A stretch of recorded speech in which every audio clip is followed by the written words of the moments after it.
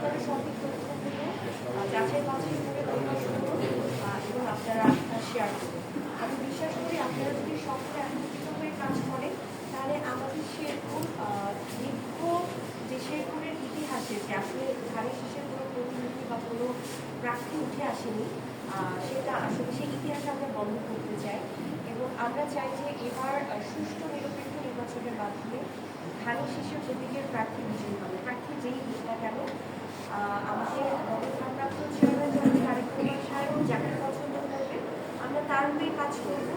আমাদের লক্ষ্য একটাই থাকবে শেরপুরের উন্নয়ন, শেরপুরের জন্য কাজ করা, শেরপুরের গরিব মানুষের ভাগ্যের উন্নয়ন।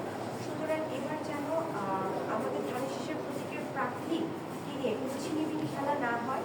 আমি বিশ্বাস করি তারেক রহমান সাহেব সবচেয়ে যোগ্য প্রার্থীকে প্রার্থীতা বাছাই করবেন এবং তিনি দেখে বুঝে যিনি তাকেই দিবেন। সুতরাং যাকে দিবে তার বিরুদ্ধে বা তার সেই দলের বিরুদ্ধে যেন যদি সঠিক তথ্য হয় তাহলে অবশ্যই আপনারা প্রচার করবেন। আমাদের দলের কোনো নেতা কর্মী যদি কোনো অন্যায় কাজে লিপ্ত হয়, কোনো কাজে যদি জড়িত হয় যেটা সারা সমাজের জন্য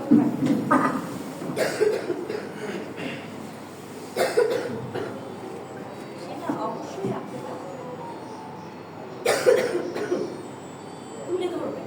তবে যে কাজটা আমাদের নেতা কর্মীরা করেন বা সেটাকে মিথ্যা প্রোপাগান্ডার মাধ্যমে আমাদের দলের জন্য খারাপ নাম ছড়ানো হচ্ছে অথবা প্রার্থীর জন্য ব্যাপারটা খারাপ হচ্ছে, সেটা অবশ্যই আপনারা দেখবেন।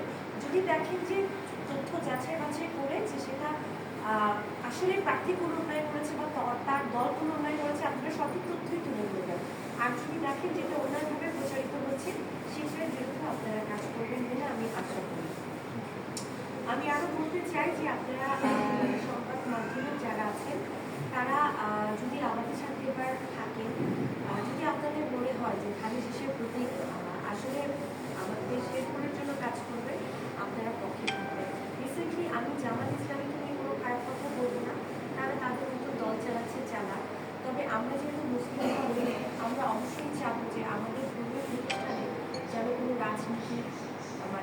রাজনীতি না চলে।